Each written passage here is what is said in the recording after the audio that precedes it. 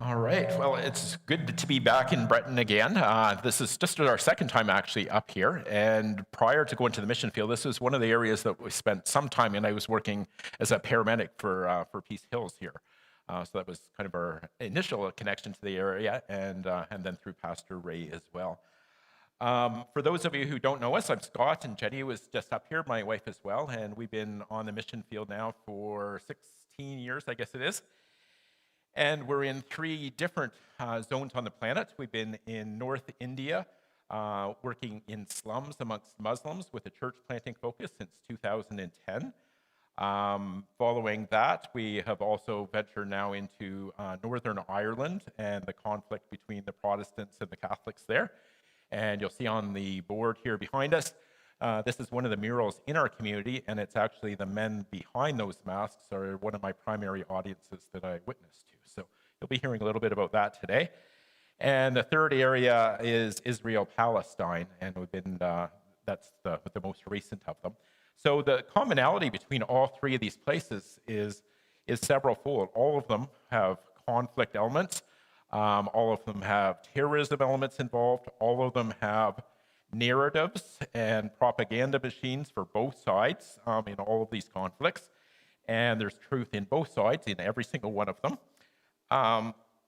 And as we get into these places, the one thing we find right away that we need to get into is trying to figure out what are the root causes behind this? How did people get to the place that they are right now where they can justify in their mind the violent actions that they actually do and then start trying to bring them out of that? So before I get going too far, though, I did want to thank everyone from this church who've been praying for us, interceding for us, following us through our monthly updates, which really gives you some really targeted prayer points specific to our ministries, and for your giving towards our ministries as well. We need all of those things. These just keep expanding as God takes us into new and interesting places. And I guess one of the big commonalities as well between all of these is God typically sends Jenny and I to places that are quite dark and places that few people on this planet want to go to, including us. But that's the places he keeps sending us to. But we get the joy of seeing God work in even the most darkest places and seeing him in ways, because it's so dark, where that light shines that much brighter, and we get to experience him in ways that few others get to as a result of that. So today what I'm going to do is I'm going to walk you through a little bit about each of the places that we serve and kind of delve into three things, primarily stories about what we've encountered in each of these places, how we've experienced God moving in them, and a little bit about what he's been teaching us along the way. But before I get into that, I just want to start with scripture, which kind of grounds where we're at and how we approach ministry itself as well. So this is from Mark 4, 26 to 29, and it's the parable of the growing seed. He also said, "This is what the kingdom of God is like. A man scatters seed on the ground. Night and day, whether he sleeps or he gets up, the seed sprouts and grows, though he does not know how. All by itself, the soil produces grain, first the stalk, then the head, then the full kernel in the head. As soon as the grain is ripe, he puts the sickle to it, because the harvest has come." Now, for those in the audience that are farmers, they'll probably go, well, he's not giving us a lot of credit here. Because in this verse, it really talks about the difference between what God's role is and what our role is. And in this verse, it talks about the farmer goes out and he puts seed in the ground. That's part of his role. And then God takes over. It says he doesn't know how it happens, whether he sleeps or what the weather conditions are, or whatever. God's part is the next part. He doesn't know how it happens, but then things start to grow. And it grows and it grows. And then at the end, the farmer comes back in and he has to bring in the harvest. And it's a great analogy for missions and how we approach ministry as a whole, because the one thing that we realized right from the get-go in ministry is what our job is to be obedient to what God's telling us. Nothing more, nothing less. The harvest is not ours. We have no control over that at all. If there is a harvest, the size of it will depend on the Lord. Who it will be, it will depend on the Lord. Every aspect of the harvest is his. And that joins in with this verse. Our job is to go follow his instructions, plant the seeds, and then once that harvest comes, to be able to gather it in and turn it into something.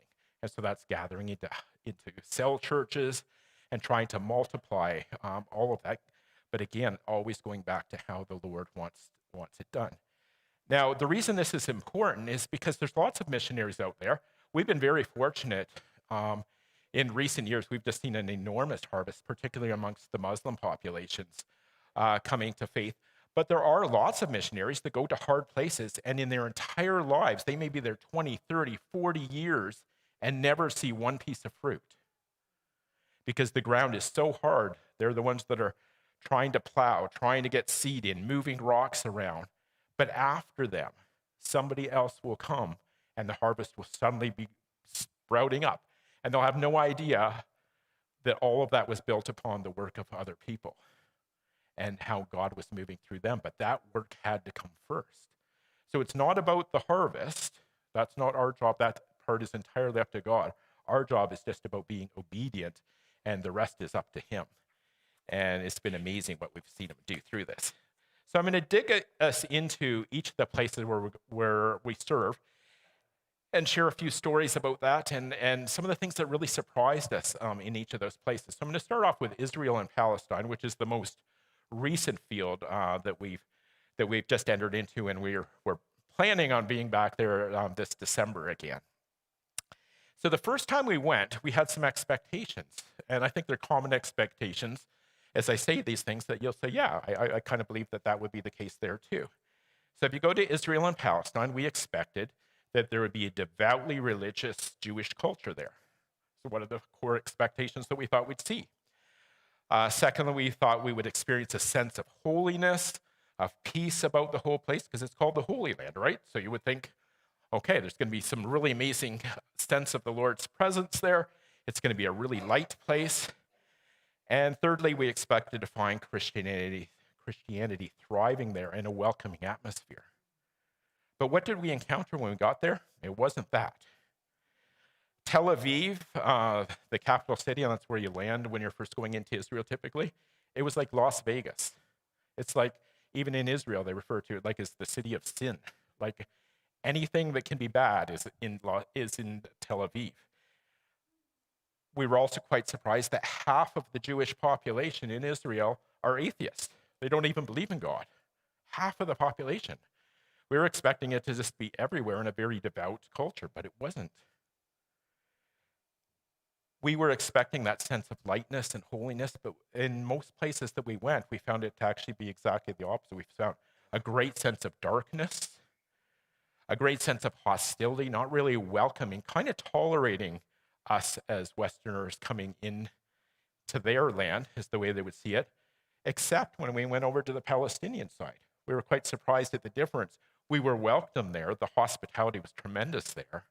And it was very strongly contrasted with what we experienced on the Israeli side of the walls. We were also quite surprised to find that even though, as I said, half the Jewish population are atheists, that even those ones make the claim upon the biblical promises. So they go, I don't believe in God, but God gave us the land. Kind of a bizarre kind of thing to put those two things together. I don't believe there is a God. I don't follow God, and yet God gave us the land, and therefore it's ours. It's really kind of a bizarre thing when you try to delve into that. We were also quite surprised when we started to find out who were the Christians in the land, and we found out that 80% of them were Palestinian or Arab. We weren't expecting that at all. 80% of them. What really surprised us, however, was when we started seeing the sites around the place, and they weren't at all what we expected. So this is the entrance to Bethlehem. So if you've heard of the walls, and they're often called apartheid walls in Israel, so much of the occupied West Bank is now like this. So on the right side, as you're looking, you see all the greenery. That's Israel proper. And the other side is the occupied West Bank. This is the entrance to Bethlehem. Guard towers, there's machine guns in those towers, fences, monitoring everywhere, checkpoints. That's what you see when you're going towards Bethlehem. We were surprised to see walls like this. We were surprised to see the guard towers. We were surprised to see refugee camps all over in Bethlehem itself. 3 major refugee camps in Bethlehem. And advancing settlements. We were quite shocked at those as well. What we quickly realized is this is not a holy war at all. It's one of an occupation, and it's a fight over land, of who controls the land. The people feel like they're being pushed off the land, but it has nothing to do with religion. While that's a convenient dialogue that people often bring up, they want to make it, this is a fight between the Jews and the Muslims, but it's not. What we found is it's equally against the Christians. The Christians are just as much persecuted there as are the Muslims. It's not about the faith. It's about anybody that is not Israeli, that is not Jewish. We want this country to be for Jews alone. And that really, really shocked us. So we saw the walls. This is an example of a checkpoint. So to go anywhere, if you're Palestinian, you need to go through these again and again and again, heavily armed soldiers that are going to make your life pretty miserable. And I'm going to share a few stories about that in a few seconds. So some of our experiences that were there were absolutely shocking. When we went to Hebron, now Hebron is where the tomb of the patriarchs are. So this is where Abraham is buried. This is where Rachel is buried.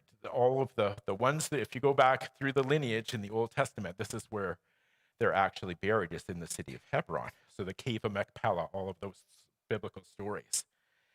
Now, when we went there, and as we were approaching the place where all these burials are, the first thing, and people started coming up to it, because this is in the occupied West Bank as well, we start seeing all of these nets that are over tops of the streets. And the reasons for those nets is on both sides of the streets are occupied by Jewish settlers. Now, we hear that word often in the news. And I don't know why they use the word settlers, because it sounds like it's a good thing. We're just coming in and we're not kind of minding our own business and everything's going good. But really, it's basically, this is Jewish extremism. This is terrorism is what's occurring. So those nets are there because the people down below are Palestinian and they have their shops, and there's Christians down there as well. And from the sides of those, the buildings that overlook them, the Israeli settlers are throwing things down, garbage down upon them, bottles of urine, bleach, chemicals, throwing them down on the streets because it's that toxic, the atmosphere. So they're doing it just so they don't get hit and to protect themselves from this. The settlers themselves, as we started hearing more and more stories about them, it was absolutely shocking. I cannot imagine what my life would be like trying to raise a family in the occupied West Bank as a Christian. And there are thousands and thousands and thousands of Christians in the occupied West Bank, Bethlehem being the biggest center of them. So when settlers come in, the way it works is for centuries and centuries, you may have had, you can picture here it just being as a parallel for it. You've had your farm for generations and generations. Some of these people can trace their families back to the early church, direct lineage that far back. Christians have been in their families all that time. They've owned this land, they've raised olive trees, all this time producing crops.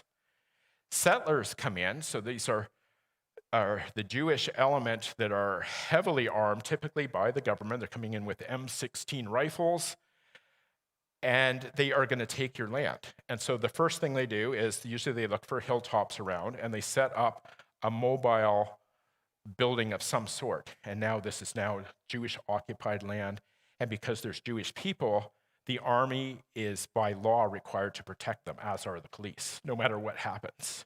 So no matter what they do, we're now going to stay there and everybody else has to leave. And it starts to grow. So more come in. And it's a big strategy. So over time, you get pushed back more and more. They take over more and more land. They build more and more army comes in to protect you. So if you're in your house and the line is now getting near you, during the night, they're going to come in. They're going to come in with fire bombs. They're going to come in with mobs, with rifles, shoot up your house, burn your cars, threaten to kill your family unless you leave. And if you try to resist that in any way, shape, or form, the army is coming. They have rifles of their own. They will never be prosecuted. They'll put a bullet in your head and that'll be the end of the story. There will never be a prosecution for it. If you so much as pick up a stone to protect your family, you will be shot dead, or you'll be dragged off, beaten, and put in prison. That's the reality if you're in the occupied West Bank, whether you're Christian, Muslim, whoever's living there, that's the reality of what happens when settlers come in. And under the current war, it is expanding in such tremendous, rapid fashion because they know that this is one time that the world's attention is looked away and we can move fast to do this. It's a horrific thing. One of these checkpoints that we went through in Hebron, I just want to share a story of an old man of what this is like. You have to picture this. We're waiting to go through the checkpoint ourselves. There's an old man in front of us who's probably mid-70s, and he's trying to get through the checkpoint, and he's obviously Palestinian. I don't know if he was Christian. Oh, sorry. Went too fast.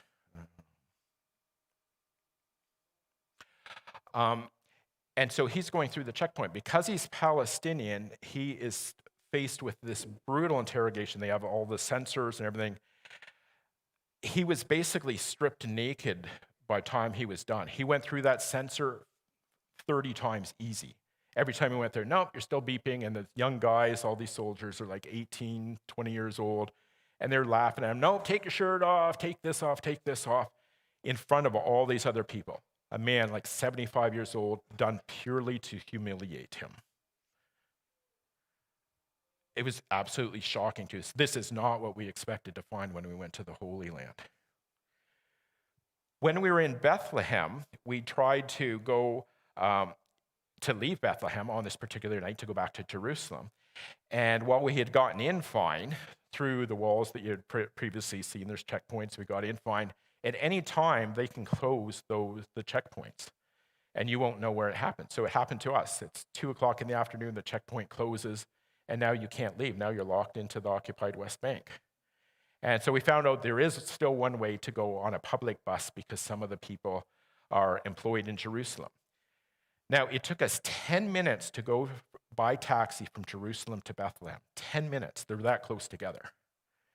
To leave, going on a Palestinian bus with the bus completely loaded with Palestinian people, it took us 3 hours to cover the same distance. Multiple checkpoints, empty the entire bus, search the bus.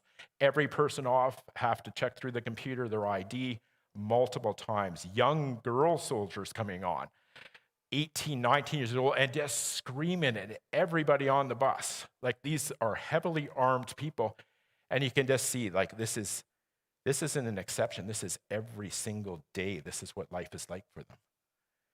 10-minute trip takes, if you're a Palestinian, 3 hours to do the same thing while being harassed every step of the way. We eventually made it back 3 hours later. So what did the Lord teach us on this first trip? It certainly woke us up. That was a huge thing. The first thing that happened is because this was during the war, we were there entirely with the Lord. It was like he was saying, listen to me, I need to show you some things. This is in the Church of the Nativity in Bethlehem. This is a place that normally you'd be waiting in a line 3 hours outside to get into the place because a war is going on, completely empty, just Jenny and I there, to pray and listen and to try to encounter what the Lord was trying to tell us. This is the Garden of Gethsemane. Same thing. We were there completely alone, such that they forgot we were there and they locked us in. Great place. If you're going to get locked into some place and they forget about you, Garden of Gethsemane is a good place to do it. We're in good historic company, that's for absolutely sure. The second thing that he was really trying to tell us is he wanted us to listen. Don't focus on the historic stones, listen to the living stones. Listen to the stories of the Christians. What are they encountering? What do they need? What's happening to the church? And that's completely where he focused our eyes for the rest of the trip, is what is happening particularly for the Christians that are in this land and what they're actually going through right now. And that was a really tough thing, the living stones, to focus on them and to hear these stories, which we have never heard before.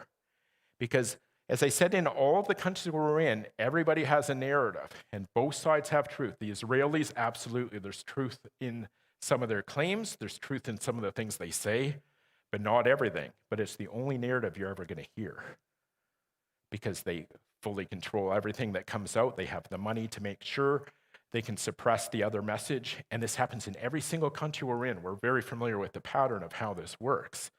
So you have to actually go and actively look and to encounter people from the other side to hear there actually even is another side and to realize there's much more to this story than what we're being told.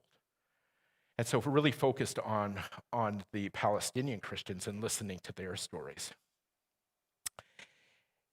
And we were very encouraged by some of the things that we're hearing. Despite what they're enduring, the church itself was so strong. There's this resilience. There's this word that they have in Arabic. It's called the word samud. And samud basically means steadfastness. It means no matter what comes our way, we're going to stand with the Lord. And we're going to endure it, and we're going to stay, and we're going to trust that at some point God is going to move. It may not even happen in our lifetime, but our job is to stay and to bear witness. It has gotten so tough to be a Christian, though, in any part of the Holy Land that they're leaving in droves. If they're young people, and that's your reality, the settlers are coming, they're kicking you out of your home, we're constantly under threat, we're harassed every single place we go, there's no jobs because we can't leave. If that was your experience, would you not want to get your children out of there? And so many do, but it's so important that they maintain a presence in the land and that the word of Christ gets out and spreads. And that won't happen if we don't stand with the church and try to strengthen the church. So some of the things that were exciting there that we saw and heard and visited were things like Bethlehem Bible College. Really, really focused on outreach to help the church, to help anybody that's hurting, people in refugee camps, helping. You probably didn't know there's 3 churches in Gaza. How many people knew that? 3 churches in Gaza. They've all been hit. One of them razed to the absolute ground. They've been hit by bombs. They've been fired at by snipers. They've been hit by Israeli tanks. Now, if you're firing at a church, you know you're firing at a church. But again, this isn't a war between Jews and Muslims. This is a war over land occupation. That's what this is about. The Christians in Gaza, there were about 1,000 of them when this started. There's now 500. Their churches have been razed to the ground, and they're still worshiping. They're still gathering in worship because they know how important this actually is. Another organization called Musalaha, there we go. Musalaha is a peace, justice, reconciliation organization run by Palestinian Christians, but they also have Messianic Jews, so we got both sides represented in the group. And I'm absolutely thrilled with how God is moving through this group. What they do is they take groups of Jews and they take groups of Palestinian Muslims and they take them out into the desert of Jordan by camel 3 days from anywhere.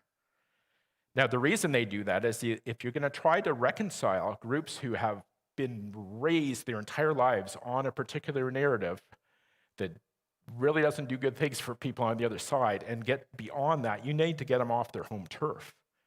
So where better to do it to get them out of the country altogether, into Jordan, into a desert where you don't really know how to survive and you have to work together to figure that out.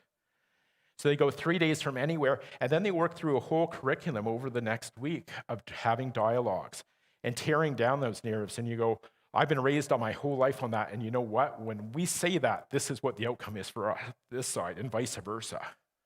This is an absolute lie. This is the outcome from it. Back and forth, and there's a lot of tears shed, and by the end they're repenting, and most of them will become friends by the end of this. They'll become advocates for the other side on their own sides of the walls.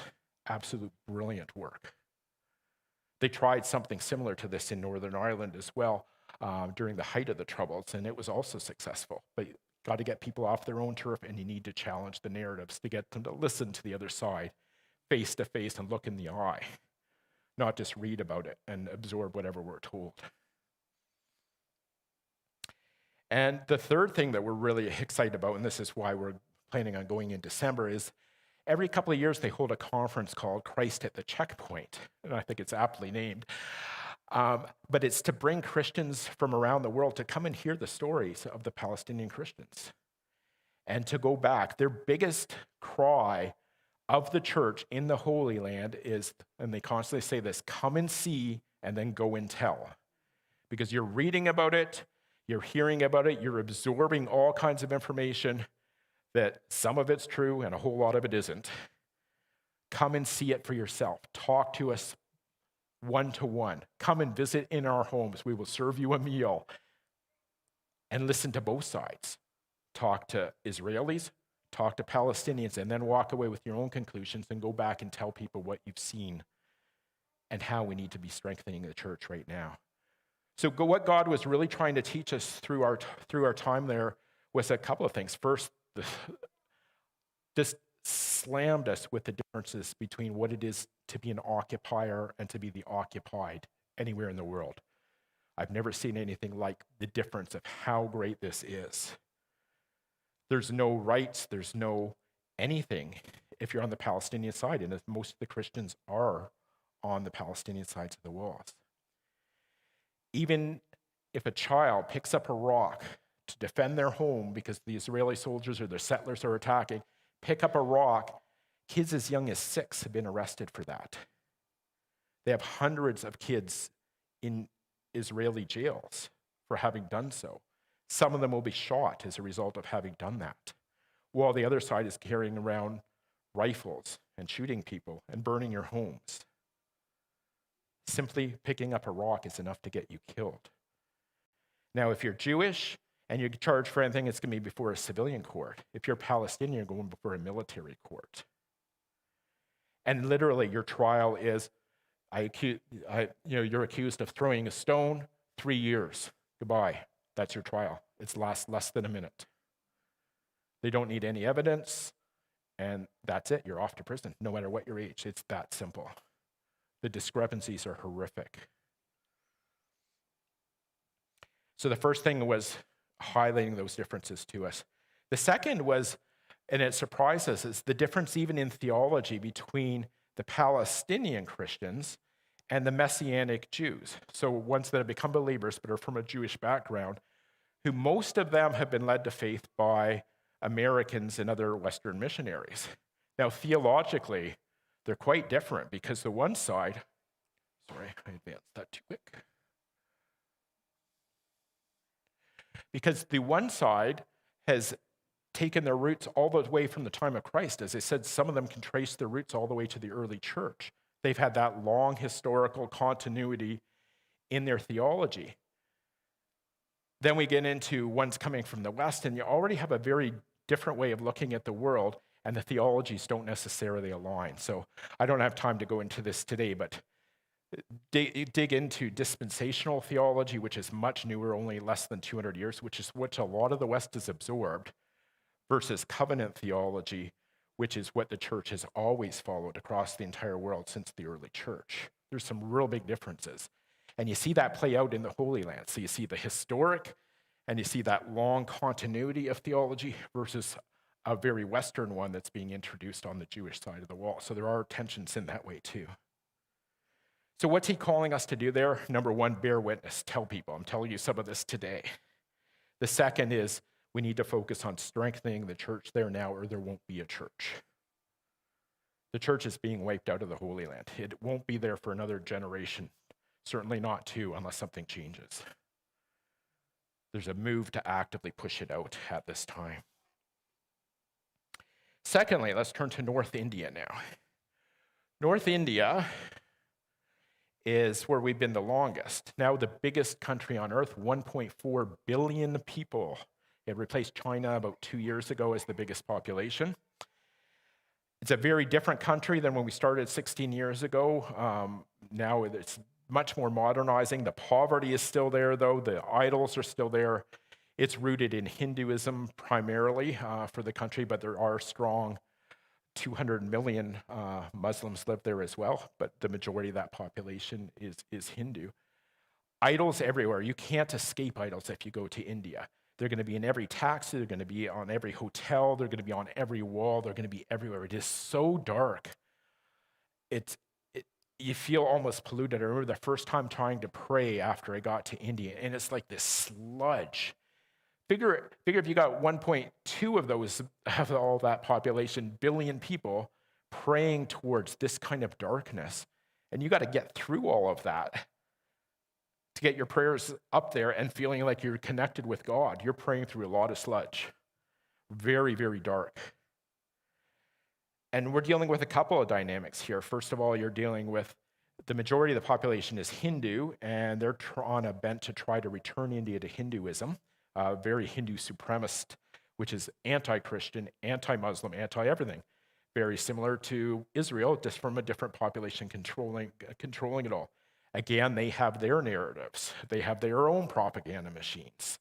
This is something that's common in all the countries. We're very familiar with how all of this works. When we arrived, we were struck by just the degree of poverty, the differences between the wealthy, extremely wealthy people in India and people that are so crushingly poor we can't even begin to imagine. As I said, we work in slums. Because the Hindus believe in a caste system where you were born, they believe in reincarnation, so you were born into a certain status in society, and if you're on the bottom of that heap, we should not even have any empathy for you because you're being punished by the gods, is the way they would view that. So even if you're on the bottom, there's no way really to escape that, and nobody's going to come to your aid because they would view that as we would then be opposing the gods to try to actually even help you, so you stay there. A life without hope. It's absolutely devastating if that's where you're at. We focus on the Muslim population, but it carries over even there. If you're into that status and if you're into being born into a slum, it's very, very difficult to escape that level of poverty and have things change for you. As Westerners coming, whole mixed reaction. Some just love to see you come, and they certainly want tourism to come and all of those things. And there's other ones that will call you, if you hear the word Britisher, because they were first colonized by the British. That's an insult. They're not very happy that you're there if they call you a Britisher. To them, the ones that would take that bent, any white person would be a Britisher, and therefore you are the enemy. So those are probably ones that conversation's not gonna go so well with if you go down that line. There's a sheer absolute hatred for Muslims within the country. There's currently rewriting of history against Christians as well as Muslims. There's mob attacks, demolishing Muslim sites, demolishing Christian sites, burning churches. All of these things are happening. Even the Taj Mahal, the most famous site in India, because it was built by Mughals, which is Muslims who ruled the country for centuries, they're trying to shift it away and defund the Taj Mahal in favor of promoting a Hindu temple instead to try to get tourists to go there. It'll never happen, but just think of the thinking behind it that you would even want to try to do that, just because it was created by another group of people, that you're that set against people going to see it. Now, fortunately, the Muslims there, one of the great openings that we've had from the beginning, is that they see Christians as also worshiping one God. They see a lot of commonalities with Christians, so they're very, they have a kinship to Christians within the country, which makes it far easier to reach them than in many other places. Many Muslims want to send their kids to Christian schools because they know it will get a better education for them. But even that is changing. The Hindu government's trying to push all of the Christian influence out. Even Mother Teresa